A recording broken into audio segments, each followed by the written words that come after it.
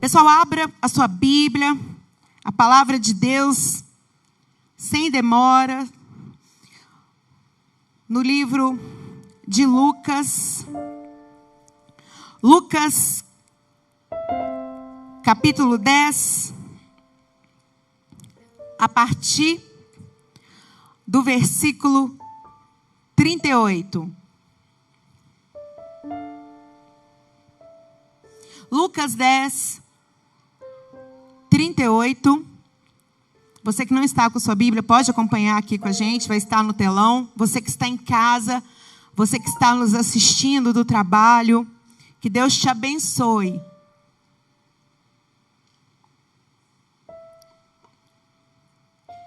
E diz assim a palavra do Senhor: caminhando Jesus e os seus discípulos chegaram a um povoado onde certa mulher chamada Marta o recebeu em casa.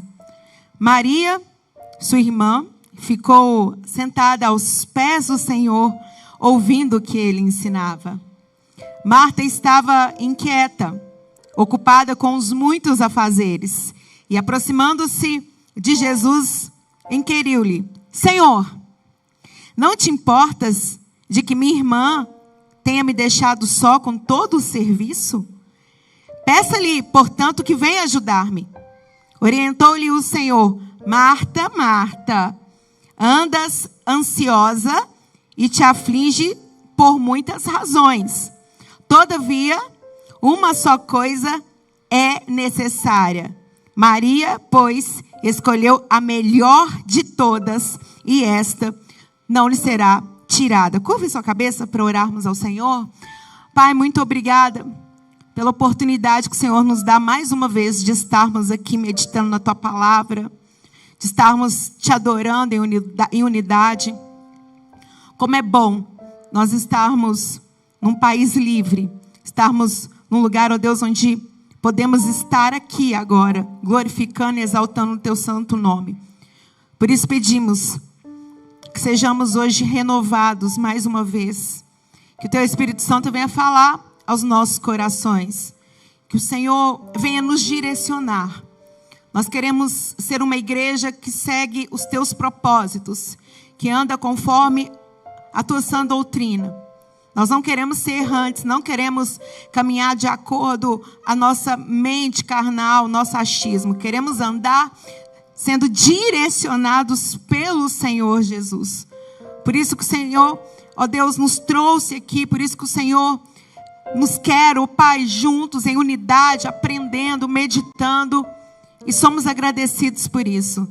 Então pedimos que em nome de Jesus a Tua palavra venha nos edificar, nos exortar e nos abençoar nessa noite, em nome de Jesus. Amém.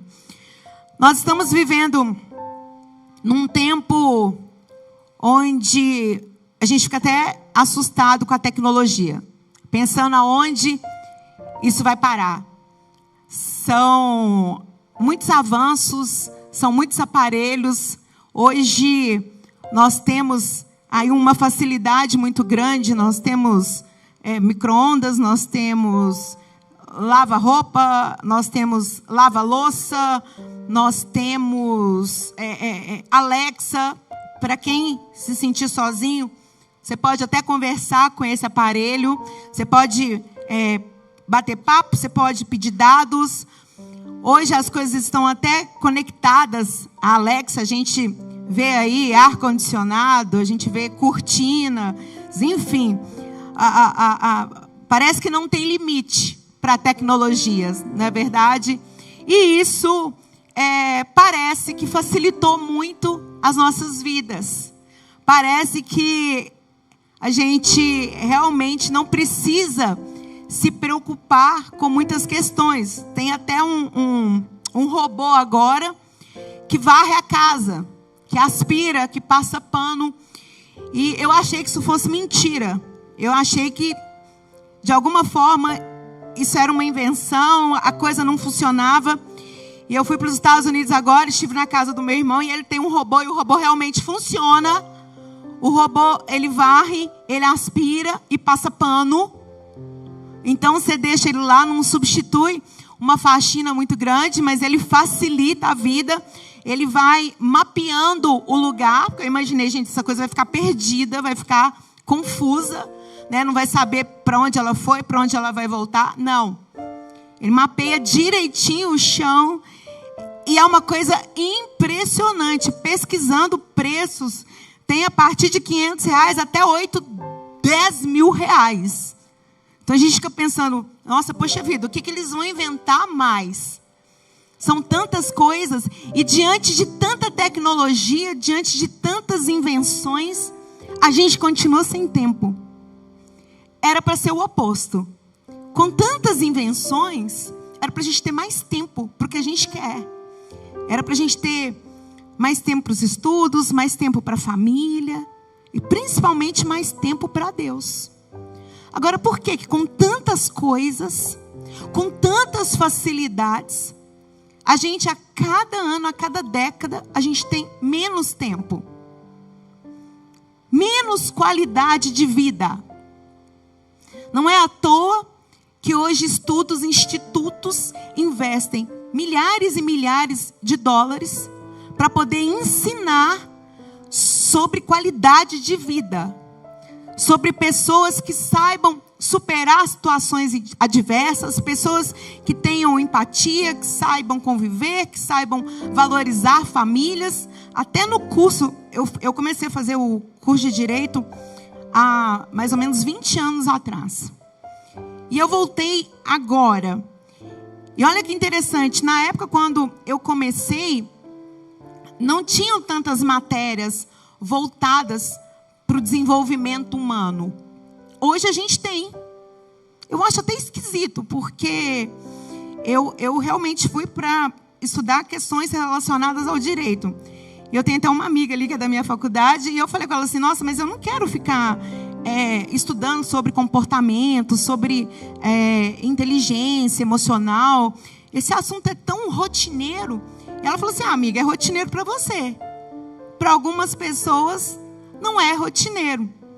E aí eu fico vendo essas matérias, eu falo assim, mas poxa vida, uma matéria dessa tão simples, né? Como conviver, perdoar, ter amabilidade, que são coisas que realmente a Bíblia diz.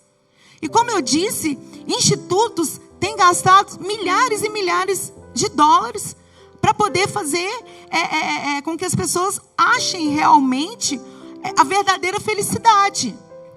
Porque alegria, facilidades, dinheiro, pode parecer ser coisas que realmente nos ajudam, que realmente podem fazer sentido em determinados momentos. Mas a felicidade, aquilo que a gente realmente precisa, a gente não encontra nisso, a gente encontra em Jesus Cristo. A gente encontra no Senhor. Então, às vezes, a gente busca tanto, a gente investe tanto, a gente corre tanto.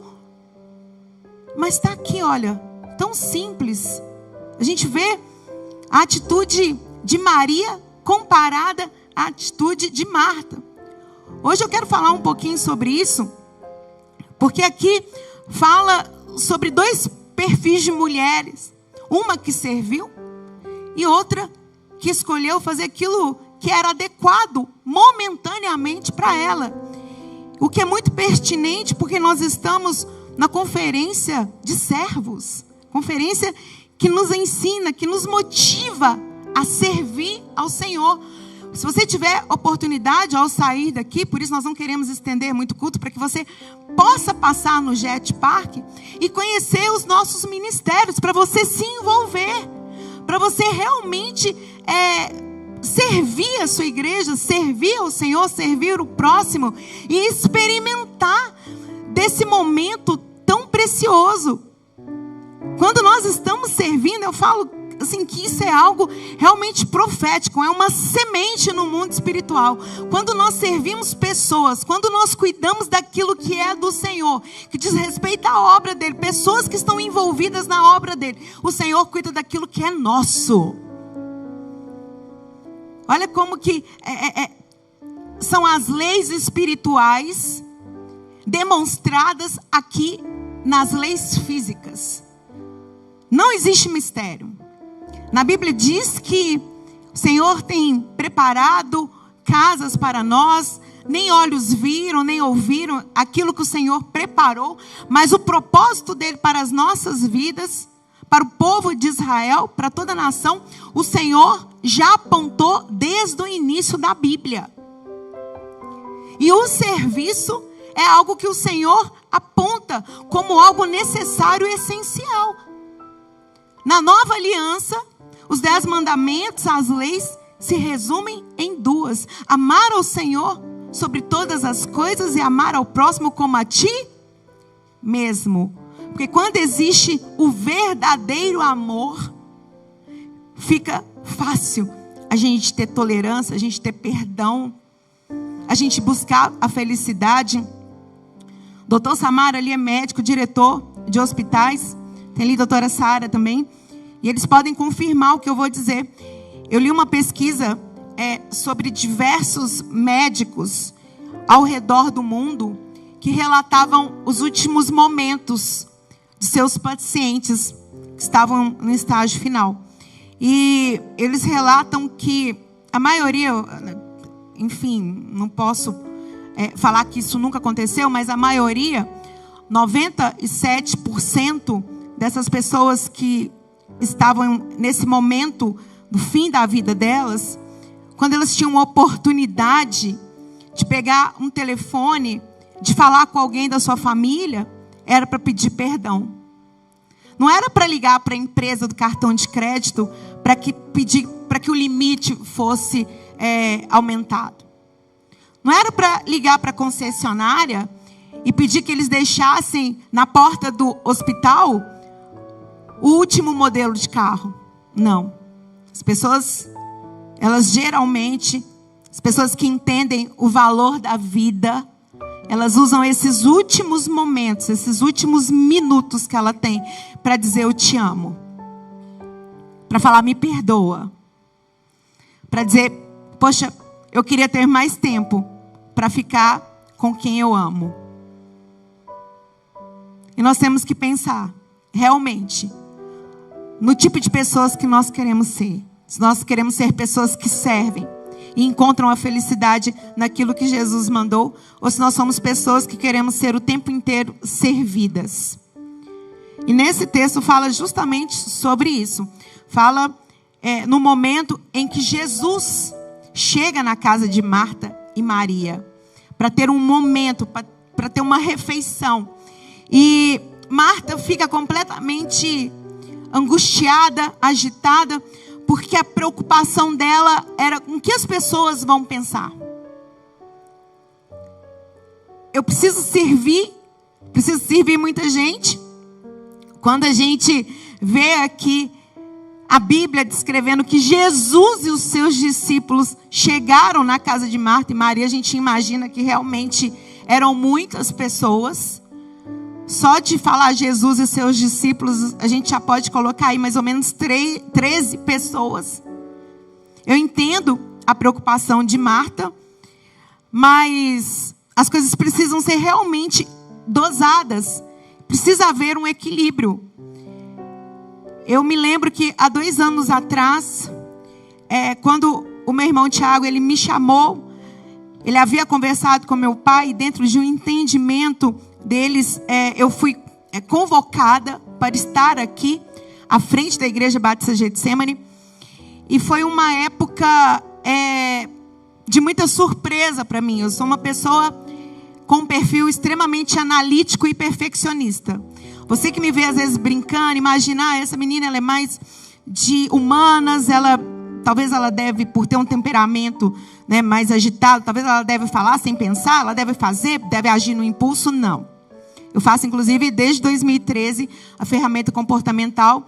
E em todos dá que eu sou analítica. E realmente, de fato, eu sou analítica. Eu sou uma pessoa que gosto de programar tudo. Eu tenho mania de arrumação. Eu coloco cor com cor, ou seja, uma pessoa chata. Uma pessoa chata. Resumindo, é isso. E diante disso tudo, eu fico muito preocupada com detalhes.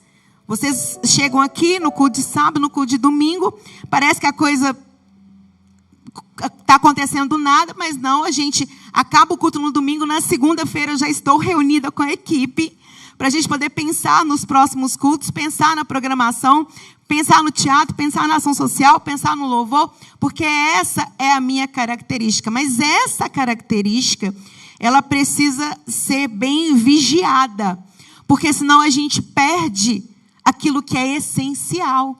Então, quando eu fui convocada para estar aqui com vocês, eu já tinha um planejamento na minha vida.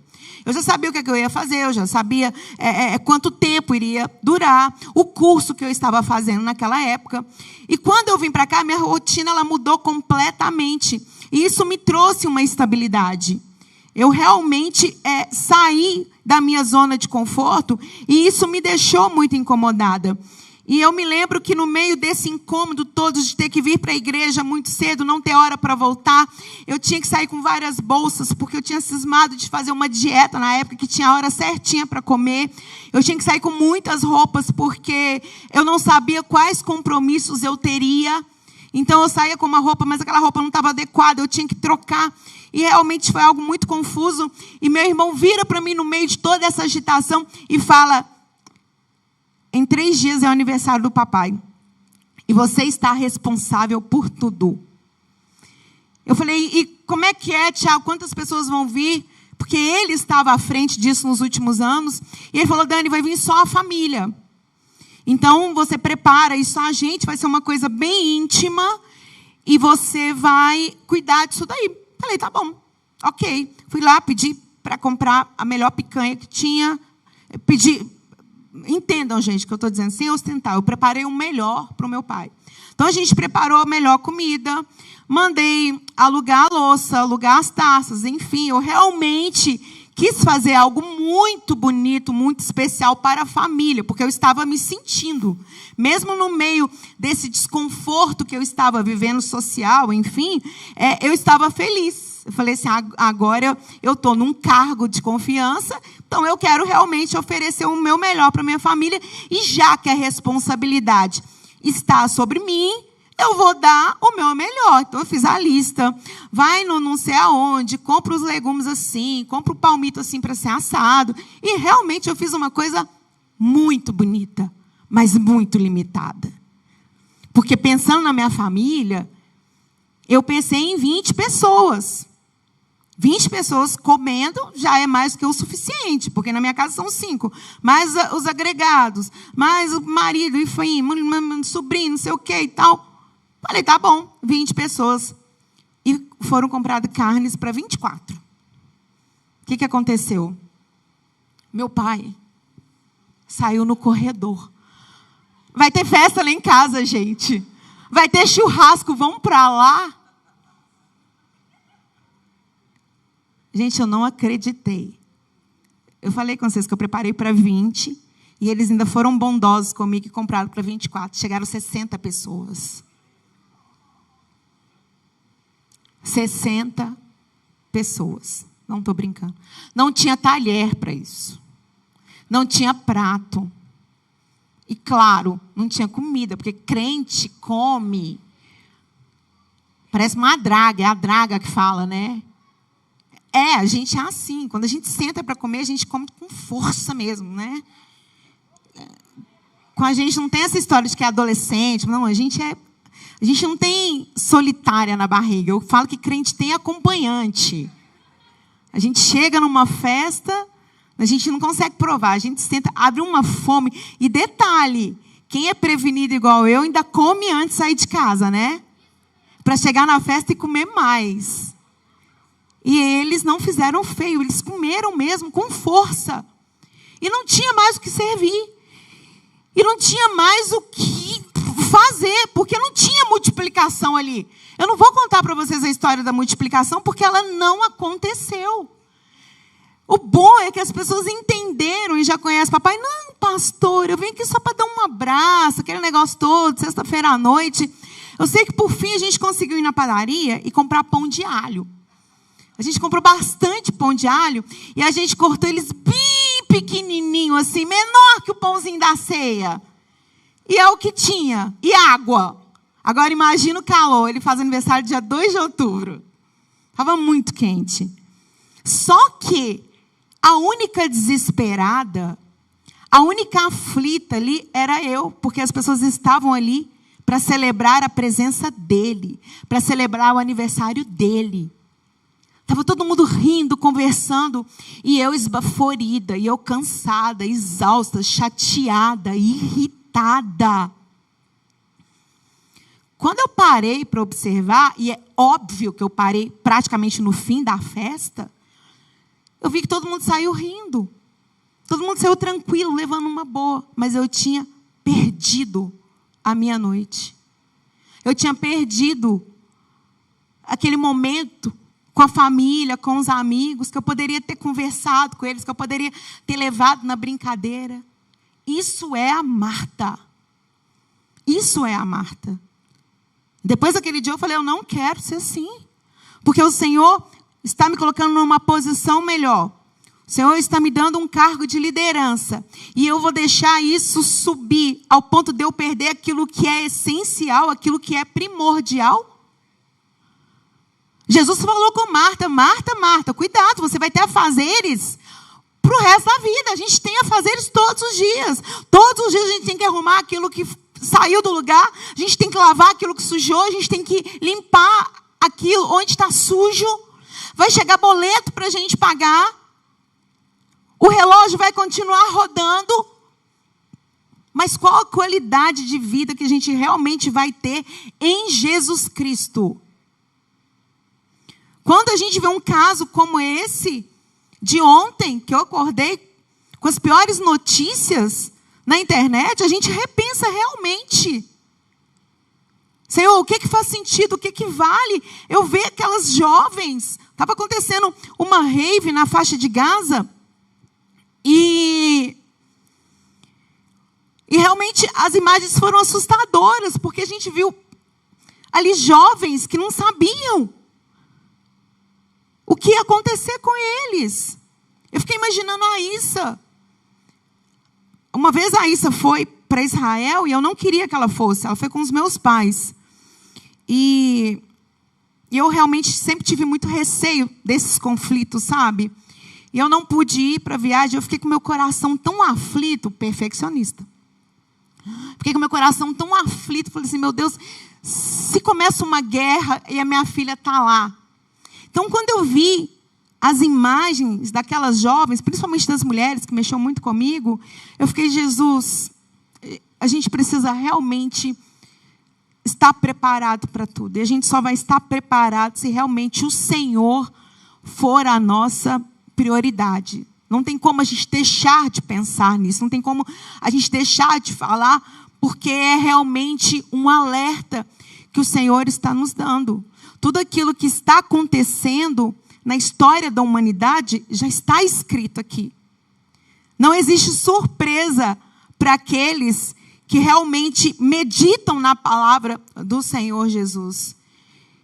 E são questões que a igreja precisa analisar, a igreja precisa estudar, porque nós não somos tidos como inocentes.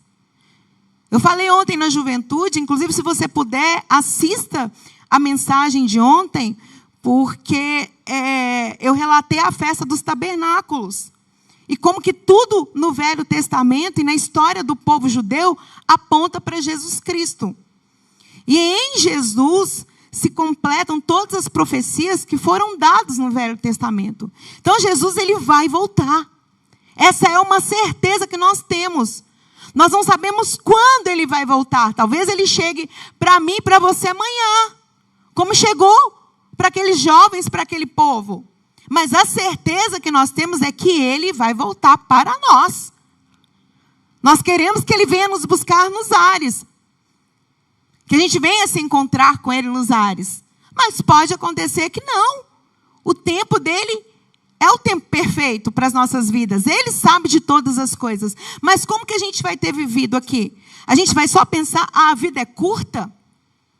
Eu vou viver de uma maneira desprendida? Eu vou viver de uma maneira onde eu me beneficio em todo o tempo? Eu não vou servir, eu não vou buscar as coisas celestiais? Eu vou querer ter resultados diferentes, fazendo sempre a mesma coisa, o mesmo erro, o mesmo pecado, o mesmo desprezo para as coisas de Deus? Porque tudo vai passar.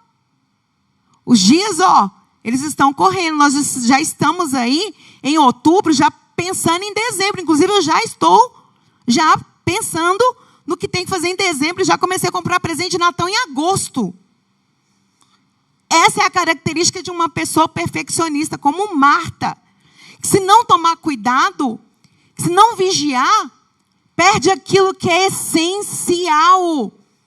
E que é o que Jesus nos manda. Eu queria que você abrisse em João 12.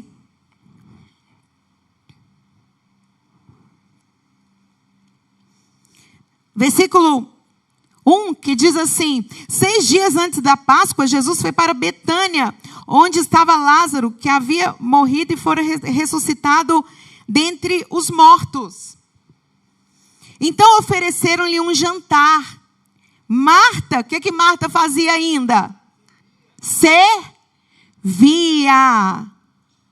Enquanto Lázaro era um dos convidados, sentado à mesa com Jesus. Maria pegou uma libra de bálsamo de nardo puro, um óleo perfumado muito caro. Ungiu os pés de Jesus e os enxugou com seus cabelos. E a casa encheu-se com a fragrância daquele bálsamo. Mas um de seus discípulos, Judas Iscariotes, filho de Simão, que mais tarde iria traí-lo, objetou: por que este bálsamo perfumado não foi vendido por 300 denários e dado aos pobres? Mas ele não disse isso por se importar com os pobres, mas sim porque ele era ladrão, sendo responsável pela bolsa de dinheiro, que frequentemente ele tirava nela o que era depositado. Mas Jesus respondeu: deixa em paz, pois para o dia da minha sepultura foi que ela guardou isso. Quanto aos pobres, vós sempre os tereis convosco, mas a mim, vós nem sempre tereis. Nós temos aqui 4 pontos para poder observar nesse texto. 6 dias antes da Páscoa, Jesus foi para Betânia, onde Lázaro, que havia morrido, fora ressuscitado. Quando a gente leu Lucas, Lázaro ainda não tinha morrido. Então, quando Jesus vai aqui à casa de Marta e Maria, em João, Jesus já tinha ressuscitado Lázaro. Ou seja, Maria, na primeira vez, estava aos pés de Jesus, escutando a sua palavra. E Marta servindo. Já nessa terceira vez, Marta continuava servindo e preocupada com muitas coisas, enquanto Maria entregou a Deus uma adoração maior, mais profunda, extravagante, ao ponto de Judas, que aqui a gente vê outro ponto, um homem extremamente carnal, um homem extremamente apegado às coisas materiais, reclama e diz: mas para que um bálsamo tão caro? Mas para que tanto desperdício? Mas para que investir tanto nessa igreja? Para que tanto desperdício com um painel de LED? Para que um ar-condicionado tão caro? Inclusive, a gente está sentindo falta dele hoje, não é verdade? Para que tanta coisa? Isso é um desperdício. Isso aqui é a mente do fariseu.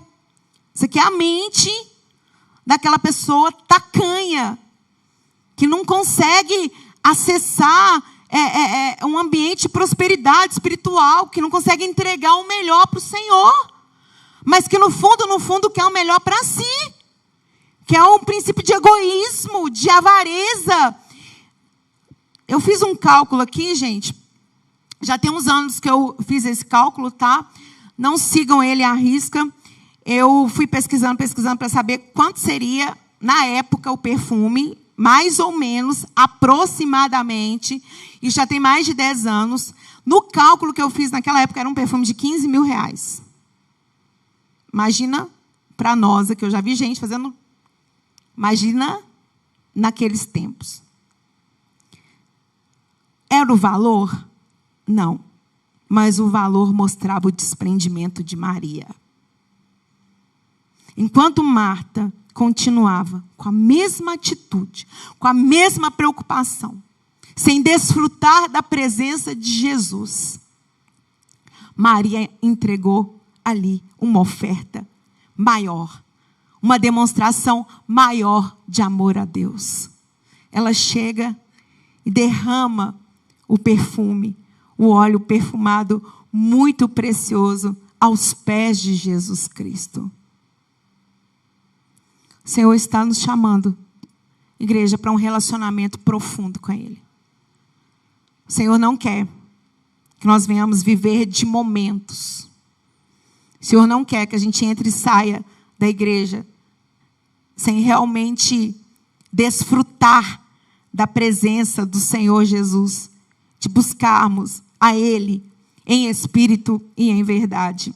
Eu queria que você abrisse pela última vez hoje, aqui, a sua Bíblia em Mateus 25. Como eu disse anteriormente, o Senhor Jesus, Ele não vai pegar aqueles que o amam, que o servem de surpresa. O Senhor Jesus, Ele já deixou tudo escrito na palavra dEle. Isso precisa ser valorizado por nós cristãos, por nós que somos filhos. E diz assim, Mateus 25. Portanto, o reino do céu será semelhante a 10 virgens que pegaram suas candeias e saíram para encontrar-se com o noivo. 5 delas eram sábias, mas outras 5 eram inconsequentes. As que eram inconsequentes, ao pegarem as suas candeias, não levaram o óleo de reserva consigo.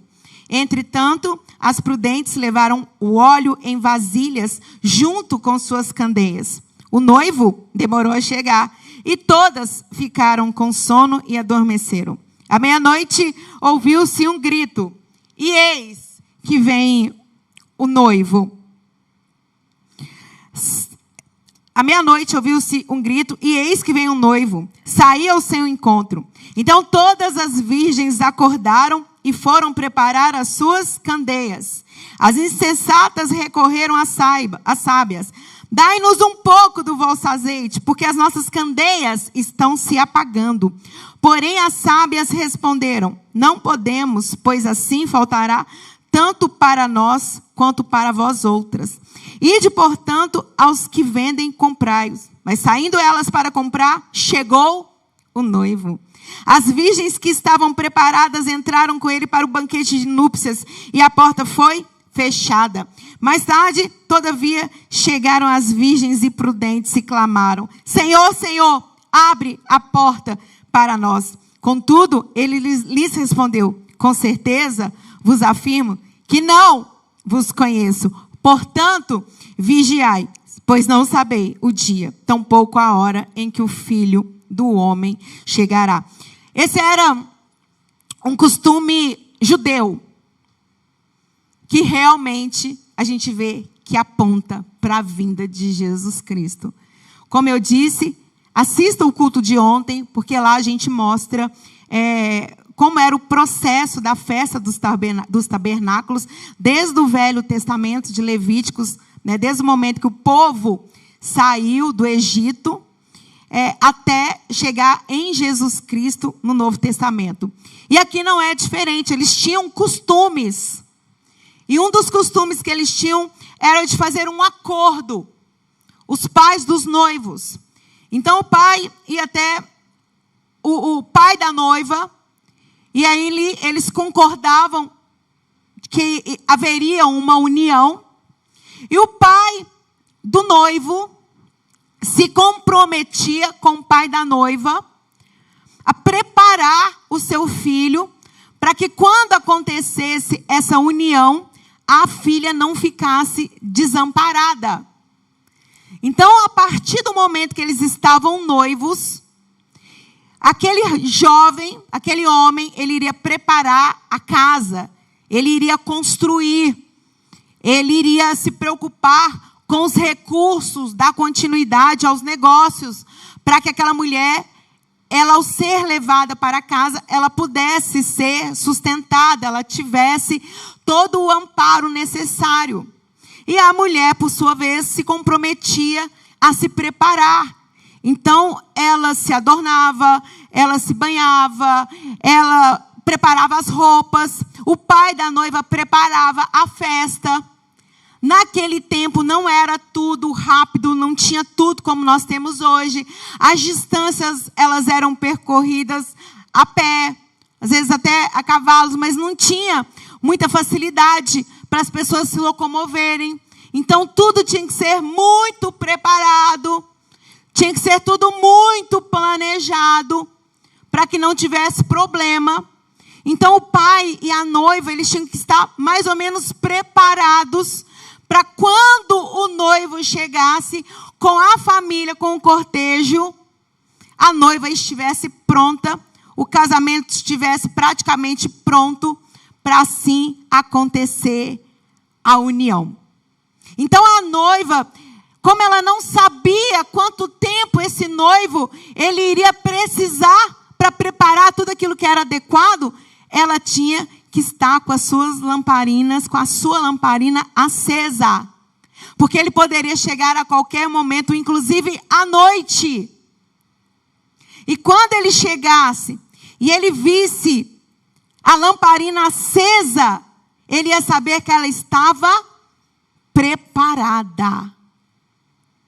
E aqui nós vemos o relato que 5 estavam preparadas. E as outras 5 não estavam preparadas. Isso aqui é uma parábola que Jesus contou, porque Jesus gostava de ensinar através de parábolas. Mas todas essas parábolas nos apontam os costumes e também nos mostram o futuro, aquilo que vai acontecer com a igreja. Esse óleo dessa lamparina representa o Espírito Santo de Deus nas nossas vidas. O Senhor Jesus, ele vai vir buscar uma igreja santa, uma igreja preparada, uma igreja limpa. O Senhor não vai vir buscar qualquer noiva. O Senhor não vai vir buscar uma noiva imunda, com trapos, rasgada, suja. O Senhor vai vir buscar uma igreja santa, uma igreja que está se preparando para o noivo. Uma igreja que busca o Senhor acima de tudo, acima de qualquer bel prazer. Uma igreja que sabe renunciar às coisas terrenas e que sabe, sobretudo, valorizar aquilo que é celestial, aquilo que são as coisas espirituais, do qual não será tomado, de qual não nos será tirado.